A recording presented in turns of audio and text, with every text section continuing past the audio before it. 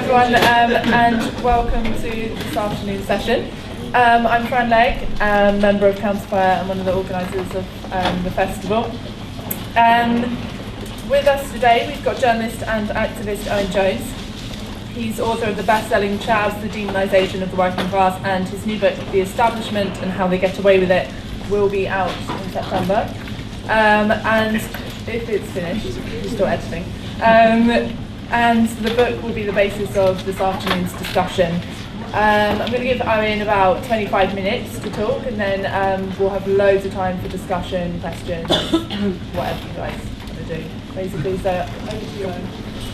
Well, afternoon. Good to see you all. I don't know what you're doing in a dingy room on a sunny Sunday afternoon listening to me. Listening to you. Listening to me. That's very sweet. Well, it is great to speak about this. I've not really spoken about this much, to be honest with you, at all. In fact, it's only the second time I've spoken about it at all, partly because the editing is such a traumatic experience. I spend most of my time rocking in the fetal position at the moment. But this is therapy. I think having a chat about it helps. So what I'm going to do is have a little kind of look at a couple of elements, basically, of the book, and have that as the basis of the discussion. And what I want to do is I want to start with a man called Steve Varley. Now, if the modern British establishment, modern capitalism, wanted a public ambassador, Steve Varley would be a pretty good bet. He's the relatively youthful, smooth chairman of Ernst & Young, which is one of the big four accountancy firms.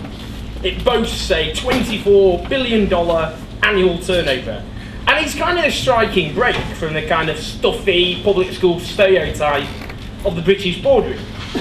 He's still got this northern lilt which lingers in his voice. When I went to see him at grand Ernst & Young headquarters just near London Bridge.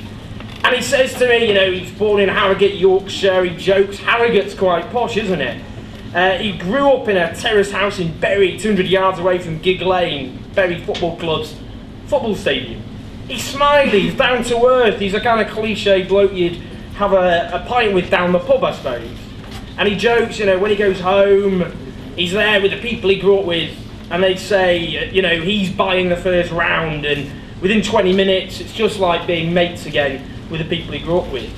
And he's late when I meet him, and he apologises, because the night before, he was at the LGBT charity Stonewall's event, and he said Boy George was on the decks, and he says Ernst & Young is the LGBT employer of the year. And some of the things he wants to talk about are his own personal initiatives. He's a member of the Social Business Trust, which backs social entrepreneurs. One project he's particularly proud of is Bike Works, which takes ex-prison offenders and helps them to become bike mechanics. Another organisation he works with helps what he describes as underprivileged women get into work. They're really inspiring women, he says, so I get a lot from that. Now here's the thing. Varley, I'm sure, is a genuinely well-intentioned man. He thinks he's helping people. Few members of the establishment are sociopaths. I don't know if people have read John Ronson's The Psychopath Test. Now he believes if you are a CEO of a company, you are about twice as likely to be a psychopath as the rest of the population, but it's only 4%. It's only 4%. Many of us rationalise, most of us even, I suppose, try and rationalise what we do as for being for the common good. But this is what Ernst & Young did. Along with the other big four accountancy firms, they helped to deprive the Exchequer of £25 billion each and every year through avoided tax. Now, he talks of helping people. The problem is this. With a time of austerity, justified, of course, by myths like there's no money left, but nonetheless, a lack of revenue, essential services we all depend on are being stripped away and shut down. He talks of helping underprivileged women. Well, in Britain today, on average, hostels which help women fleeing domestic violence are turning away 230 women on average every single day. Now, in the Victorian era, what we had is this, a patchwork of, if you like, provision, which relied on the generosity of the rich. That instead of having a welfare state, a universal welfare state, and social services provided for everybody, you would have, if you like, these little vanity projects by the rich. And in a sense, this is what Varley is returning to. He is himself complicit in the mass tax avoidance of £25 billion every year, at a time when the welfare state and social services are being stripped away, that he feels he's doing good because of these individual little projects, which of course barely even scratch the surface of people's needs in modern Britain. As Clement Attlee once said, if a rich man wants to help the poor, he should pay his taxes gladly, not dole out money at a whim. Now the likes of Ernst & Young say this: hey, we're just abiding by the law. But there's the point. They help draw up the law. According to the House of Commons Public Accounts Committee in April 2013, individuals advise government, go back to their firms and advise their clients on how they can use those laws to reduce the amount of tax they pay. They go to the Treasury, they help draw up the law, and then they go back and tell their clients, big businesses, how to avoid the very laws they themselves have drawn up.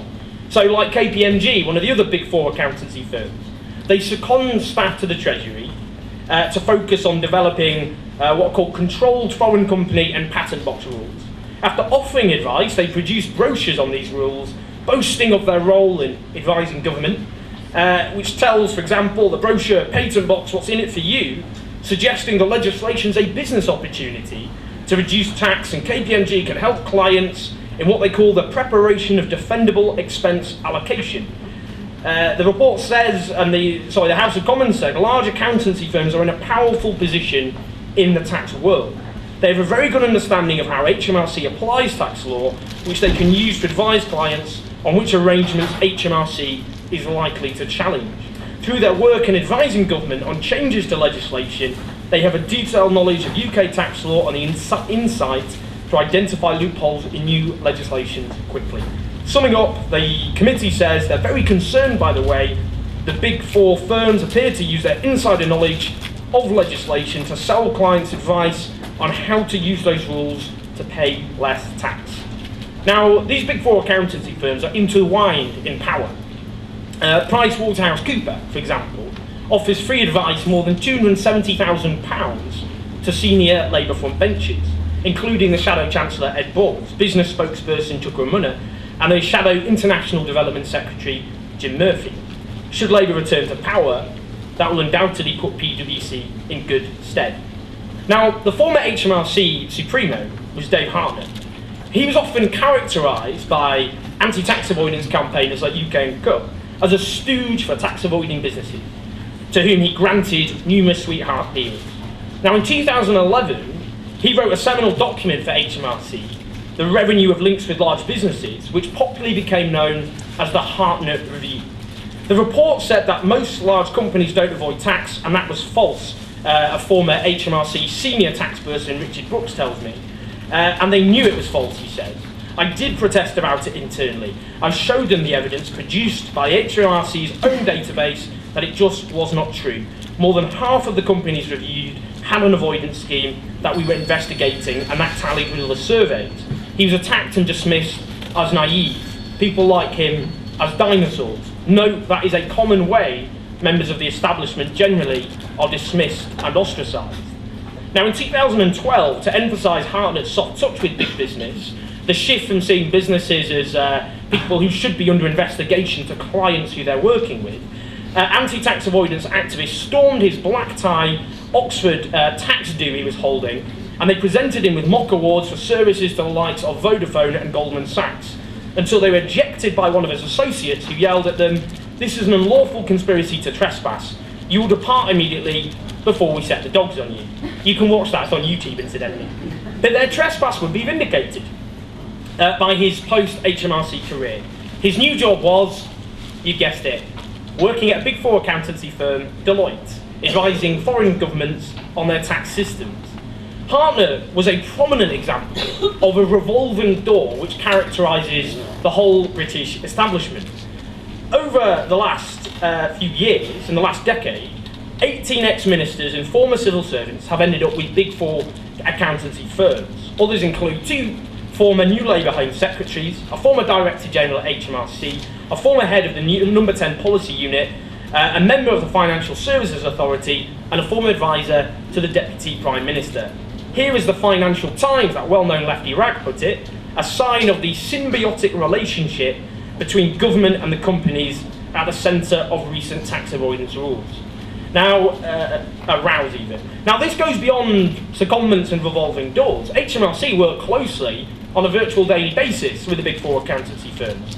According to one Freedom of Information request, Hartnett met Deloitte's senior British partner, David Cruikshank, 48 times between 2007 and 2011. Richard Brooks, his former senior tax person at HMRC, told me they did deals all the time. They were a big double act. Companies knew if you wanted a good deal from the revenue, you go to Cruikshank, he'd sit with Hartnett and do a deal.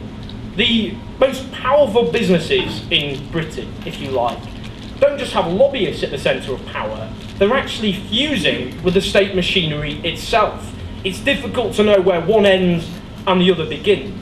Now, the comparison I'm sure many of you in this room have made is with benefit fraud. Now, benefit fraud costs about £1.2 billion each year according to the government, or less than about 0.7% of social security spending. Tax avoidance, as I say, is about 25 billion. But the response you often get to that is this: hang on a minute. Tax avoidance is illegal. Tax avoidance isn't illegal. It's perfectly legal. Benefit fraud, on the other hand, is illegal. And that is exactly the point. Because the system we have in this country is the law is there to facilitate, even encourage, the far more socially destructive behaviour of those who are rich, whilst it will clamp down on the tiniest misdemeanours of those at the bottom, whether that be benefit fraud, whether that be a young black man who has a spliff walking down the streets of Hackney. Now, another comparison, another thing which really is a hallmark of this modern establishment, is what I regard as socialism for the rich. Now, if we think of the banks, of course, were not bailed out by free market dogma.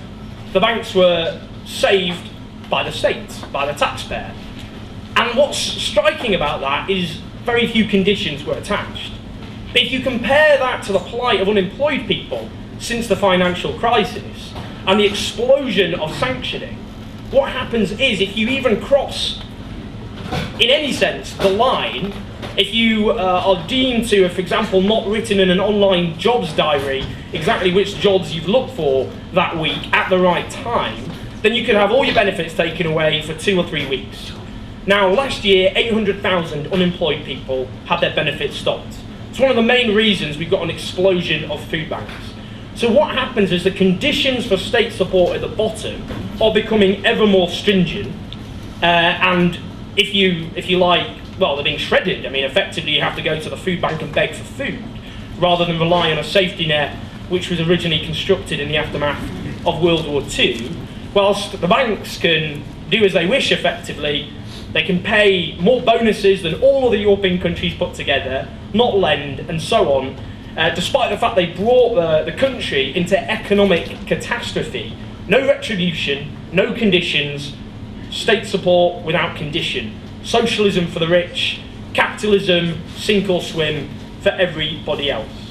Now, that is just a kind of example, if you like, of how I see the modern establishment. But the way I look at what an establishment is what it's always been, is made up of powerful groups that need to protect their position in a democracy in which the entire adult population has the right to vote. The establishment represents an attempt on behalf of these groups to manage democracy, to make sure it doesn't threaten their own interests. Now, as the well-connected right-wing blogger and columnist Paul Staines, probably better known to you as Guido Fawkes, put it to me, we've had nearly a century of universal suffrage now, and what happens is capital finds ways to protect itself from, the voters.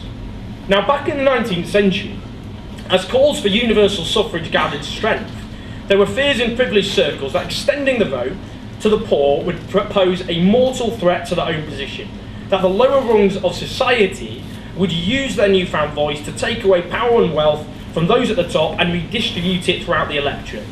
Now, to give you an example of that, Lord Salisbury, who became the Conservative Prime Minister in the 19th century, he opposed the extension of the suffrage. He said, "I've heard much on the subject of the working classes in this House, which I confess has filled me with feelings of some apprehension. Giving working class people the vote," he said, "would tempt them to pass laws with respect to taxation and property, especially favourable to them, and therefore dangerous to all other classes."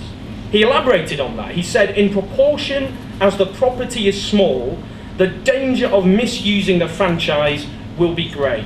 The poorer the voter, if you like, the bigger possible threat to those with wealth and power. But in the end, the ruling elites were overwhelmed by a greater fear that denying the right to vote would lead to a violent revolution which would sweep them all away all the time. And by 1918, all men and some women had been given the franchise.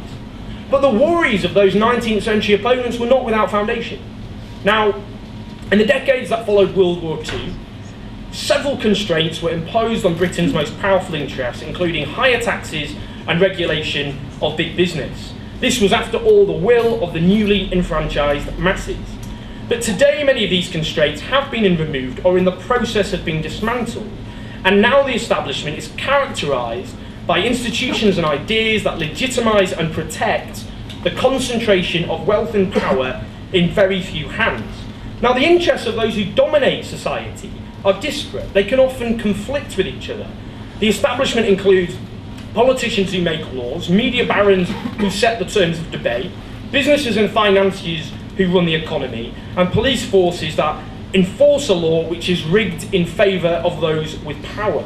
The establishment is where these interests and worlds, if you like, intersect either consciously or unconsciously.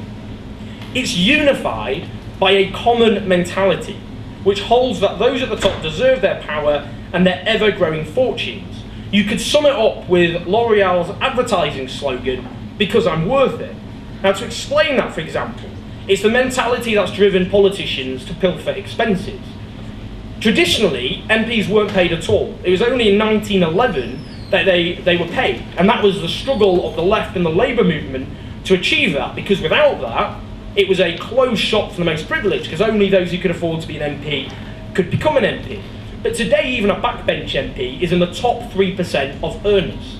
But what's happened with the rise of neoliberalism, and with it the modern establishment, is that MPs have passed all these laws which have enriched sections of society at the top. They've seen the booming wealth of bankers down the road, and they've stopped seeing themselves as a service, as being rooted in a community, and started to see themselves as another middle-class profession comparison to, say, the bankers. But they've noted that whilst the income of those people has surged, theirs has not. And the whole point of the expenses scandal, and the way it was justified privately, is it was politically impossible to raise the salary of MPs, but a way of bypassing that was to use expenses to top up those wages, on the basis that they were part of this elite, but not getting the rewards they deserved, having themselves been so key in ensuring this booming wealth at the top. Now, you could go on with other examples. You could go on with businesses, as I say, avoiding tax, city bankers demanding ever greater bonuses, whilst plunging the world into economic disaster. All things facilitated or even encouraged by the laws that we have. One rule for us, one rule for everybody else, could be another way of summing up establishment thinking. Now, these mentalities owe everything to a shared ideology of the modern establishment, a set of ideas that help to rationalise and justify its position and behaviour. This is often described as neoliberalism, an ideology based around a belief in so-called free markets, which is, as I'll quickly explain, a total hypocrisy, in transferring public assets to profit-driven businesses as much as possible, in an opposition, if not hostility, to a formal role for the state in the economy, and a support for reducing the tax burden on private interests and the driving back of any form of collective organisation that would challenge the status quo. This ideology is often rationalised as freedom, particularly economic freedom, and wraps itself in the language of individualism. These are beliefs treated by the establishment as common sense, as being a fact of life like the weather. To not subscribe to these beliefs is to be outside of today's establishment, to be dismissed as an eccentric at best or an extremist fringe element. And the reason this happened, and I'll just talk about this briefly, is because of the actions of the people who I call the outriders. In the post-war world, those we know now as the neoliberals were seen as extremists and cranks, defeated by history.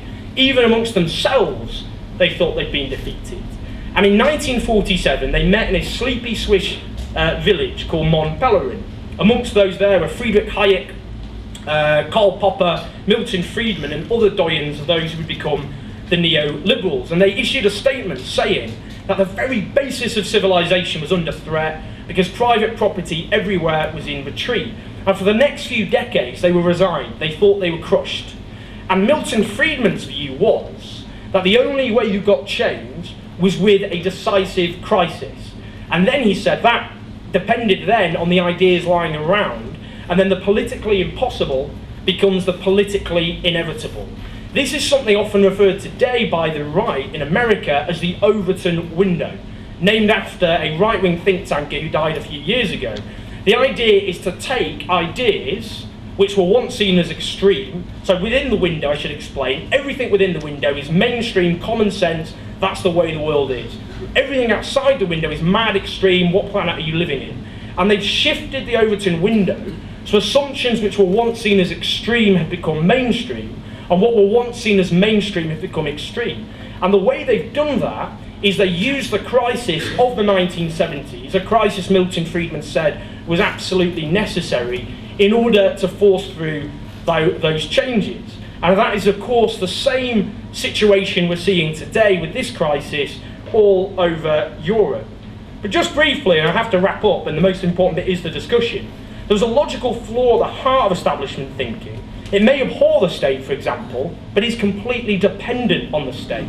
Now, the city almost sums up establishment thinking in its most perverse and extreme ways: a hostility to the state and any form of regulation, a total reluctance to pay any tax on the basis the state is the obstacle to wealth creation, and yet, of course, they were bailed out by the state. But whether it be research and development, infrastructure, educating their workforce, or the bailed out financial system, the entire establishment is completely dependent on the state that they despise. That the key point is this, in a sense: the media, if you like, should be there to scrutinise the establishment, to stand up to those with power. But the media is, as we all know, an integral part of this establishment. Those who own it are an integral part of the status quo. And what we've seen in this crisis, for example, is an obsessive scrutiny of those at the bottom of society rather than those at the top. And what this does is deflect people's anger away from those with wealth and power to people's neighbours instead: immigrants, unemployed people, and public sector workers. So that the point we face, if you like, is this: to take on the establishment. We have to take on the sense of resignation which the establishment depend on, a sense of there is no alternative. But we also have to find ways of deflecting people's anger away from their neighbours down the streets and upwards. Now, what I've written, and the book I've written, is just one small contribution to that. But that is the key task facing those who want a different world today: how that anger is redirected. Because if it doesn't happen, and we don't give people a confidence in an alternative, then this establishment will remain stronger than ever, and we will see an ever-growing concentration of wealth and power in the hands of those at the top. And that's why we have to learn from our ancestors, who took on what seemed overwhelming odds themselves to take on those with wealth and power and to build a society run in the interests of working people. Thank you.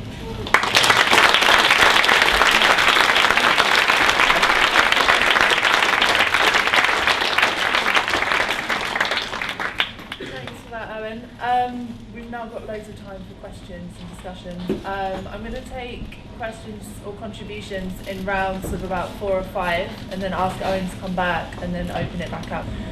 It was imbued with this kind of social democratic flavour. It accepted state intervention, the mixed economy, strong trade unions. In 1968, the TUC published a booklet celebrating their centenary, saying they were now helping to deliver social services and were very much part of power in Britain. And in the 1950s, the old Labour right figurehead, if you like, Anthony Crosland, wrote The Future of Socialism. And in that book, he said that Britain was no longer a capitalist society because of the post-war Labour reforms. He said that now the Tories fought elections on the left. He said they would defend nationalised industries. They worked with trade unions. They accepted high taxes on the rich. And this was despised by the likes of Thatcher. She described it, post-war Britain, as a socialist ratchet, where each Labour government, she said, moved Britain further to the left while each Tory government stood pat. And that was very much, if you like, that was the post-war consensus, which the current establishment overturned. But in order to ensure that consolidation, it of course meant New Labour to accept that, to turn it into a unchallenged consensus, if you will, at least at the very top of society. Which is why Thatcher described Tony Blair and New Labour as amongst her biggest conquests, understandably so. So it was a very important point. I mean, Labour has always got this bizarre role because it was founded by the trade union movement on the basis that there were two parties which represented those with wealth and power, the Liberals and the Conservatives, and that therefore this would give workers a political voice, and that was institutionalised through the trade union link. So what you got during the New Labour period is the existence, that continued to exist, a trade union link, but a leadership which was completely wedded, an integral part even, of the establishment. Now, I still think there's a battle to be had within the Labour Party because of that trade union link. The trade unions are certainly not part of the modern establishment. They're including their leaderships, because their leaderships once were in post-war Britain. They've been cast out, and Britain's quite different from other countries because trade unions are treated as though they've got no legitimate place in public life, which is actually different from other European societies. They're treated as near pariahs. And because of that, you have a conflict which exists within the Labour Party, potentially. Some of you won't agree, but that's my view on that. But yeah, of course, I mean, these New Labour figureheads are absolutely central parts of the establishment and actually help cement the establishment as well. As for Shilcock, well, I suppose there'll probably be consensus in this room that they should release every single one without exception. That was a murderous war which killed hundreds of thousands of people, which demolished an entire society, which was waged on a false pretext, which many people, hundreds of thousands of people, took to the streets in this country and millions across the world to stop. We were lied to, deceived by those with power, and the attempts by those with power to cover their own tracks, to help cover up the crime they committed against the people of Iraq, as well as also the dead British servicemen and other Western service people who died. That is something we must demand full accountability for. And if there's an attempt, as it seems now, to not publish those the proper reports, that is unacceptable. We should take to the streets to demand full publication with no ifs and no buts. Chris, the point you made,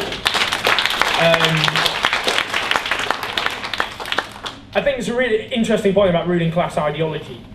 To a degree, in some ways I agree, in others I probably don't. Because I think what's unique about this establishment is its sense of triumphalism. The whole point about the post-war consensus is it was built on the basis, the reason, if you like, the powerful wealthy elements accepted things like stronger trade unions and high taxes and state intervention, is because they felt that was an acceptable price to pay, as long as they carried on making money, but also to prevent the threat of revolution. And there was obviously what was seen in any case is alternative societies to capitalism. I mean, as we know, I hope we'd all agree, were totalitarian societies none of us would want to emulate. That gave capitalism in any case an insecurity at the time, because it was seen that there was an existing alternative which gave at least the confidence in the sense that capitalism wasn't the only way of organising a society. And one of the ways there is no alternative was cemented, of course, was because of the collapse of these of the Soviet-style societies, and the way that was spun, there is no alternative. The end of history, as Francis Fukuyama puts it, and all of that helped consolidate in this country the establishment, because it was a sense of this is the only game in town, and that gave them the confidence and continues to give them the confidence to strip away rights and gains which were won at huge cost and sacrifice. I'm afraid, I suppose in some sense, they are stronger ideologically than they've been because of that total triumphalism. But the point you make is absolutely key, which is establishment thought and popular thought are two very different things. Now, it's often, Karl Marx said, the ruling ideas of every epoch are those of the ruling class. That's true. But in terms of, this project never won the consent of the British people in the sense of what people believe. Ed Miliband was denounced as a frothing at the mouth communist because of a temporary energy price freeze. But what was interesting about that is, according to the polls, most bit overwhelmingly want renationalisation of energy, never mind a price freeze. But not just Labour voters. Conservative voters support the renationalisation of energy. UKIP voters want the renationalisation of energy. If you go through the polling of UKIP voters, they want renationalisation of energy, water, rail, high taxes on the rich, rent controls. In fact, they're more likely to support rent controls than the average British voter, would you believe? They're more opposed to austerity and cuts to benefits than Conservative voters, for example. The key point there with them, this is a key point with the establishment you talk about, divide and rule, is immigration. It's deflected anger. What's winning over people to UKIP is a sense of anger being directed at people's problems, lack of jobs, lack of housing, falling wages, away from those responsible to immigrants. Which is why UKIP are the opposite of an anti-establishment party. They're the establishment in its purest form. Because what they do is they're a protective shield for the establishment, because they redirect people's anger away from those with wealth and power. And also their programme is actually neoliberalism on speed, cuts to taxes on the rich, privatise the NHS, strip what remaining rights workers have in this country. So actually they're the establishment in its purest form. But yes, it's divide and rule, and there is no alternative. And that's why we have to have always, above all else, to have and develop and constantly talk about a coherent alternative that resonates with people, and do what they did, learn from what they did, this Overton window concept, where you shift the terms of debate ever more in a different direction. You don't do that by being defensive. You don't do it by just going, stop the cuts, stop privatisation, stop the world I want to get off. You do it by going on the offensive and making demands. And by doing that, when you have radical outriders, it's easier for others to go, well, I wouldn't go quite that far, but... And in doing so, the terms of debate shift in your direction. That's what the right do all the time. And that's why they help set the terms of debate. I mean, it helps having the mainstream media on your side, I accept. But we have social media, we have numbers, we have mass movements. Those are things we have to use to shift the Overton window in a different direction, to make what is now seen as extreme mainstream, and what is now seen as mainstream extreme. And that's the point, Camilla. We do have the power that we always have to draw on our history. We have to remember that. We've got to remember the levellers and the diggers who fought for socialism and democracy before those ideas came of their time. We've got to think of the Chartists, the world's first working class political movement. We've got to think of the suffragettes, demonised, reviled in their time, force-fed in prisons, attacked as anarchist terrorists, vindicated by history. Those, the Tolbodle martyrs, people, they were transported to Australia for organising a trade union, and thousands took to the streets and signed petitions, and they got them back. And those people who fought in the early days for the rights and dignity of working people, those early trade unionists, those who fought sexism, racism, homophobia, spat at in the streets, ridiculed, battened by police officers, vindicated again by history, those who took on the poll tax against the government which had defeated the miners. People thought, you defeat the miners, you can defeat anyone. But they won. They didn't just get rid of the poll tax, they beaten Margaret Thatcher out of number 10. I think of the Leeds bin workers who took on their bosses who imposed a pay cut of a third on their workforce, and they went on strike for 7 weeks in freezing cold temperature, up every day at 5 a.m. Horrible long dispute, people glamorise strikes. Horrible things to have to go through week after week when you've got families to look after. Nothing glamorous about it at all, but they won. And I think of the electricians who took on Balfour Beatty, a multinational company. Didn't just go on strike, they took part in occupations. And they won as well, and the SOAS cleaners. So we've got to talk about victories, because often we wallow in our defeats. And that breeds cynicism, it breeds defeatism. We've got enough people giving up as things are already. The point is to always give people hope. Because you give people hope, because without that, people do give up. And that's what Tony Benn said. The way you get social change is the burning flame of anger at injustice, and the burning flame of hope at a better world. And that's how we take on the establishment. By obviously tapping into people's justifiable anger. People have every reason to be angry and every justifiable right to be angry, but to give people hope that things can be better. And that's, otherwise you get resignation. So let's do that. And that point about democracy, yes, democracy, again, to quote Tony Benn, why not? And he said democracy shifted power from the wallet to the ballot box. Now, that's always the threat of those with power, and that's why the establishment exists. It's a firewall against democracy. It's an acceptance that if you give everyone the vote, then you have the potential, if you like, if you have so many people whose interests are in contradiction to your own, who want, in theory, they would benefit from better wages, better conditions at work, better public services, pensions, all the rest of things. That's what they benefit from. So you have to find other ways of protecting your wealth and your power in a democracy where everybody has the vote. And that means ideologically, that means things like the revolving door, that means the way having a media which is run by people who obviously have a vested interest in the status quo. All of these are firewalls against democracy, and that's what the establishment is. The key point we're making is for democracy, to extend democracy to every part of life.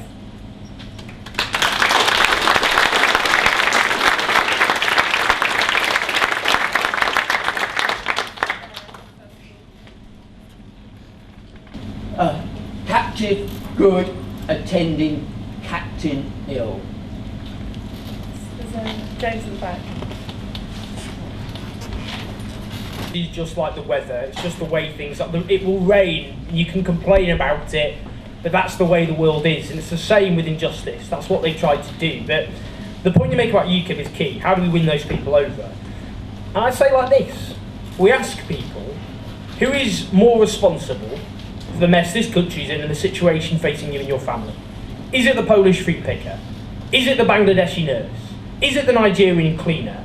Or is it the bankers who plunge this country into economic disaster? The tax dodgers who hoard £25 billion each and every year away from the people of this country? Is it the poverty-paying bosses? Is it the legal loan sharks? Is it the private landlords milking the system and charging rip-off rents? And that's the point, we direct people's anger at the real villains. Who's really responsible for the mess this country's in? We probably won't win over straight away UKIP voters by just serenading with the benefits of immigration. I wish it was that easy. If we could just win on facts, we'd have won this argument a few centuries ago.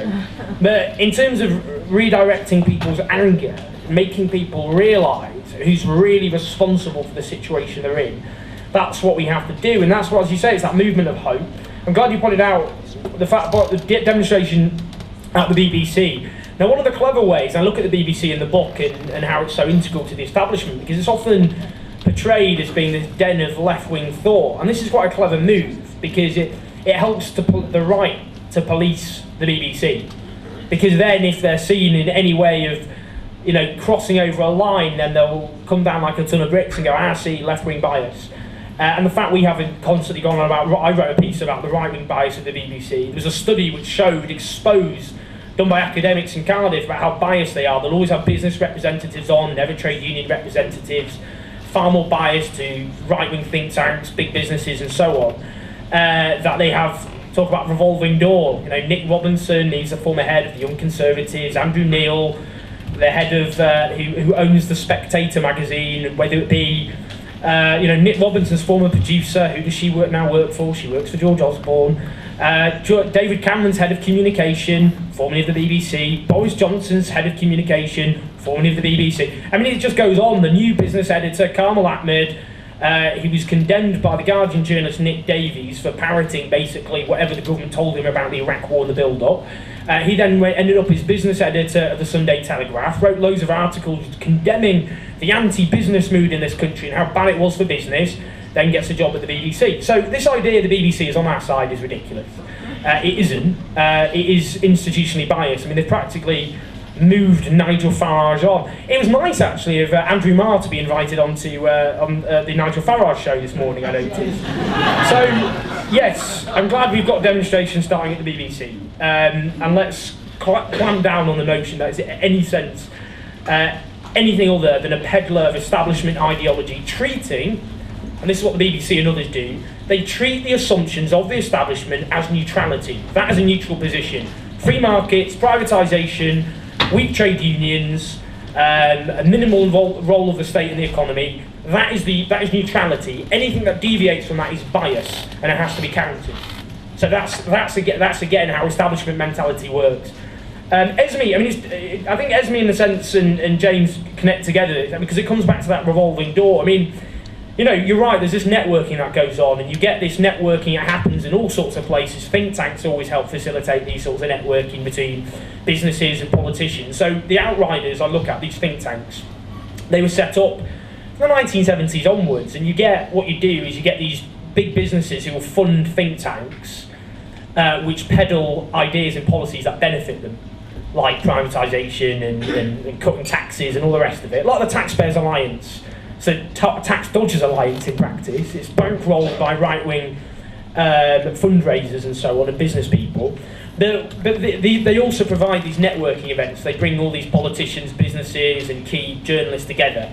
And just in terms of that, again, the revolving door in the media, take Danny Finkelstein. Danny Finkelstein is the associate editor of the Times, a leader writer. He is also an informal speechwriter to George Osborne. So he writes articles scrutinising the government whilst writing speeches for the Chancellor of the Exchequer. Brilliant. So it's very interconnected. And you get these, these events, and obviously there's the dinner parties and the rest of things which are kept from behind doors. But the revolving door, you can see exactly how this works. And it works often with politicians. I mean, take Patricia Hewitt. Patricia Hewitt started off as a firebrand leftist, ended up as the Blairite Secretary of State for Health. In theory, the guardian of our National Health Service. Where does she end up? On the board of the private healthcare company Bupa. And you get that a lot. Jeff Hoon, former Defence Secretary, gives a contract without competition to a helicopter making company. Where does he end up working? The helicopter company. And this is a constant theme. It's this revolving door. And what it does is it increasingly, ministers and other politicians know that their job is effectively a stepping stone to a far more lucrative and better paid job afterwards, with companies which will use their contacts and insider knowledge in order to gain influence. And that ties them into this establishment mentality. It's not just conviction, your bank balance will also do well out of it. That's the point. And that is something which helps consolidate establishment ideology. And it comes back again to this sense of, because I'm worth it. These politicians think, I'm not paid properly, but the way I'll compensate for that is I'll work as Secretary of State for Health, and then I'll go off and work for private healthcare firms, like Patricia Hewitt, like Alan Milburn, another Secretary of State for Health who now works for private healthcare firms. So it's not just, it looks obviously greedy, but it helps tie in this establishment where they're all in it together, to coin a phrase, and you have that sense of an ideology where you personally will benefit from it yourself. To answer the point, I mean, as you say, it's important to make this as a global thing, of course. This is a global project, it's a global offensive, and what's happening here is happening elsewhere, and that's why we need to link up obstacles. I mean, I was in Spain a couple of weeks ago, and the message there I wanted to convey to people is we're all in this together. The attacks will vary in scale, the policies will differ in specifics, but the issues are the same. So we have to build up that common unity, both here and abroad, in terms of all the attacks we're facing, whether that be in Europe or India or elsewhere. Dave, I mean, the point you talk about brainwashing is true. I mean, firstly, to go back to what Chris said, the establishment have not won over the British people, okay? And the polls show that people want public ownership, higher taxes and all the rest of it. The problem we've got is a lack of confidence in the possibility of these things being implemented. Now, perversely, the anti-politics mood feeds into that. It's not a good thing for us, this anti-politics mood. It's really reactionary. When people say they're all the same and all these politicians and there's no point voting, that's not good, because it robs people of any sense of agency. They don't think they can change anything. They've just given up. And when that happens, you stop believing in the possibility of social change. So, because of the MPs manipulating expenses, because of the Lib Dems inspiring, however wrong it was at the time, but they inspire lots of young people because of their policy on free education, then they renege on it, and that's the first taste of democracy for those young people, and they'll never trust a politician ever again. That's not good for us, because it stops people seeing that, they think that, I believe in these ideas, these are policies I believe in, but they'll never happen. It's impossible, because all these politicians are duplicitous and cynical. So we actually have to combat that. We have to show that politics can actually change society and change our lives. Because that's the main problem. It's resignation and despair and a sense of impotence, and also anger being redirected on your neighbour rather than those with power. Those are the things stopping. Those are the main things stopping us from succeeding. Those are things we have to take on. But the final point, I'm glad you made, is we don't just win people over with statistics. Again, as I said, if we could win with facts and statistics, we would have won this argument a very long time ago. We have to win people over with stories. We have to be, a bit more imaginative and creative about it. Human beings we're emotional creatures. We're not machines. We empathise. And the way the right and the establishment, in a sense, they know this better than us often. The reason they have all these stories about scroungers living in mansions made out of widescreen television sets is because that connects with people. It's a story. You can see these people, they're there. And then if you throw statistics at people, they go, well, it doesn't matter how many statistics you give me, what about that scrounger living in a mansion with widescreen television sets? So we've got to come up with our own stories that flesh out what we believe. That we can do that. We'll go on the offensive, but have optimism, because we have won the argument. People believe in what we believe in, they just don't think it's possible, and that's what we have to change.